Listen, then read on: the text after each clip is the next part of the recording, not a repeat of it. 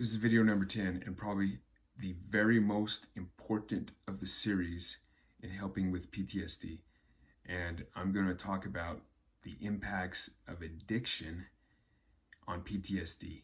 And the very most important key takeaway of this video is the impacts that the withdrawal of something you're addicted to has on PTSD.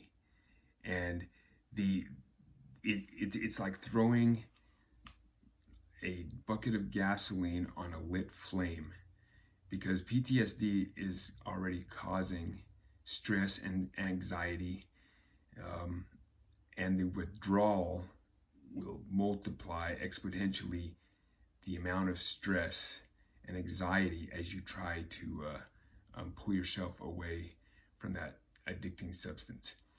Now, looking at addiction is pretty prevalent with those with PTSD. There are two categories of addiction that I really want to focus on. There's an addiction to like a chemical substance,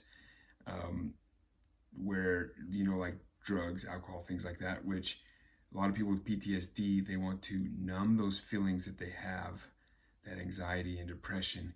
And so they know when they go to a drug or to alcohol or a substance like that, that it's going to numb those feelings and make them feel better. So that is really prevalent with those with PTSD. And another addiction that may not be so much prevalent, but if it is, and it has a similar impacts when you attempt to withdraw, is an addiction to, other activities that aren't so much chemical. It could be, you're addicted to eating, you're addicted to body image, you're addicted to pornography, gambling, any activity, really any activity out there. And so understanding, and I think that's going to be the key principle I end on this video, is the impacts of the withdrawal on PTSD.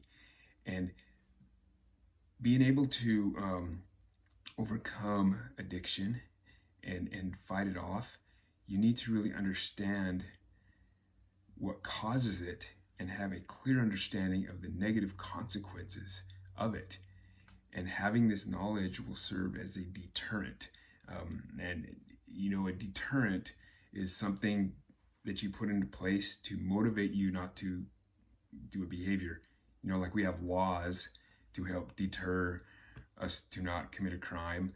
We do large exercises in Europe or Korea to try and deter our adversaries for not wanting to make a move.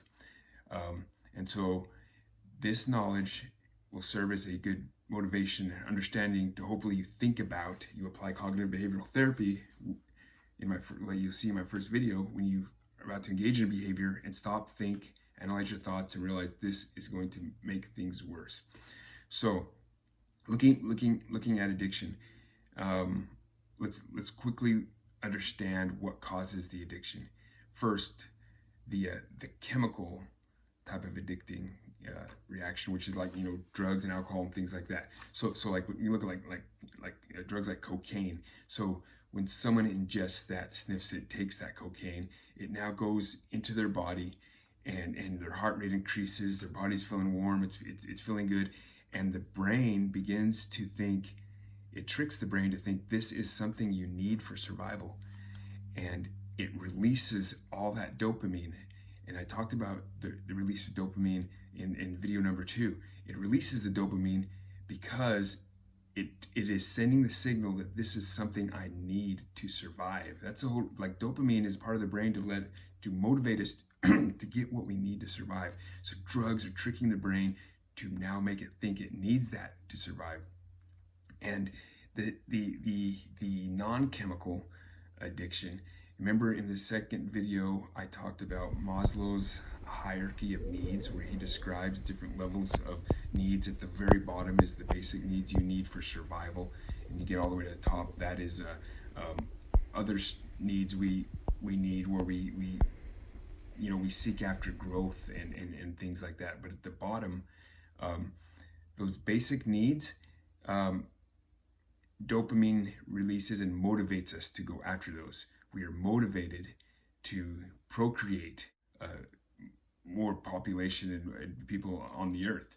We have that motivation to go eat, to get food, to get things like that. A lot of these activities are basic needs that we need, but then when we begin to consume too much, that'll create an addiction. That we like the release of the dopamine when we eat food, so we want to eat more and more. You like to release the dopamine when you're having sex and procreating, so then you want more and more, and then when you can't get it, you go and you're addicted to it, so you got to find other ways to get it. So a lot of the non-substance type addictions are at that basic level in Maslow's hierarchy of needs, and not controlling that is what leads to the addiction. And so what are a lot of those type of things that you're addicted to? I mentioned some of them. So those type of things, addicted to eating, addicted to like body image, pornography, gambling, things like that. And understanding that it's all about the dopamine. It's the release of dopamine that causes that. The most important part to understand here when I talk about pouring gas on a lit flame. So now your mind has been tricked through the dopamine that you have to have this for survival. And when you don't have it, your mind is going to do all you can to make sure you get it. I talked about in one of the videos the amygdala, part of the brain that is there to help protect us. It's a defense mechanism. And because I talked about how you can actually do relaxation to shrink that. And when you shrink it, it's not going to work as much, which is not going to cause stress and go into the fight or flight mechanism that it creates. One of my videos I talked about that, all types of relaxations, mindfulness and things like that actually shrink it, which now shrinks that system that goes into the fight or flight. That is what happens when you go through the withdrawals. The amygdala, it's working hard because it thinks that you need it. It's like, hey, we're not getting the dopamine that we need, and my buddies need the dopamine working in this brain together. And so it increases the stress, and it increases the anxiety. It causes tensing of the muscles because you're preparing for a fight. It's flexing, it's getting ready. And now your stress increases. You were already stressed and dealing with anxiety because of PTSD. And now you just increase the amount of stress because you chose to succumb to addictive desires. And now you are making it worse because you cannot get it.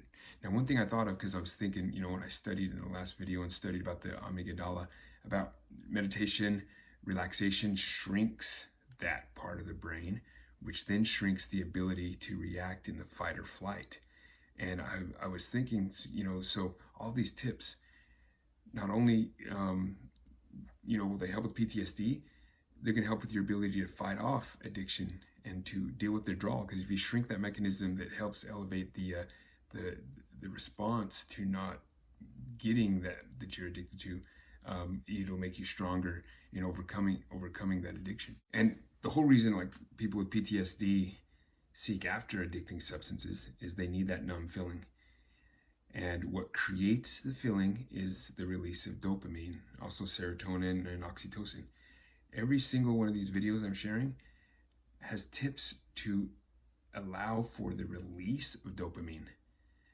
So if you have PTSD, you need to be doing these steps. You need to take control of your life and regulate the release of dopamine through natural ways. Find that relief and numb those feelings through natural ways that are creating growth. It's all about the dopamine regulation that you need to focus on. And key tips as well, if you have gone through a recovery and you do not want to relapse, you do not want to go into that addictive behavior again, you need to analyze that you're addicted to and determine what are the triggers that would influence me. Because addiction is so strong on the brain that part of it will still be embedded in there. We can see this by, let's say you used to smoke and you quit. You see someone light up that cigarette, brand new cigarette, they light it up, you're just like, oh, that that looks good, I want a cigarette. Or you stop drinking, you watch that beer commercial, and you see that your favorite drink, and then your mouth starts to water. You're like, oh, I gotta have that. Or you have like a seltzer or some type of soda water that tastes like one of your favorite beers or something. You're like, all type of things. It's still embedded in there, and so you've got to think, what are some triggers that will make me relapse, and keep those triggers away. It could be, maybe you're addicted to eating, and fast food is unhealthy, and you're gonna go travel. Ensure you pack a lunch so you won't fall back into that eating pattern, or eat multiple small meals so you're not that hungry. Say you're addicted to pornography and you're trying to stop that, when you're alone and you can access the web, put in stuff to where when you're gonna be alone that you're not gonna access it, or call your grandma or somebody to be sure you don't do that. Alcohol, keep yourself away from situations, or let folks know that you don't drink so your buddies will help you out not if you drink. Put in these mechanisms to prevent it from happening. There's not a total loss. There is a way to fix what's in your head, to prevent that desire from addiction. And key takeaway to understand, like I said in the beginning, if you do not make a choice now and implement this and stop the addictive behavior, and if you truly want to fix your PTSD and you have a strong desire and motivation to do it, focus and understand that it's like pouring gasoline on that fire. You got a nice shed out and back, it's on the fire, you love that shed. Are you going to pour more gas on it and burn that whole shed down? It's probably full of good memories and whatever. No, you want to put that flame out. So think of that knowledge. Apply cognitive behavioral therapy that I had in the first video. Challenge your thoughts, challenge your behaviors. Part of that initial thought pattern is thinking of how bad these feelings are going to multiply if you go to that chemical substance. If you keep this, addictive behavior is going to be worse. And that's all I got.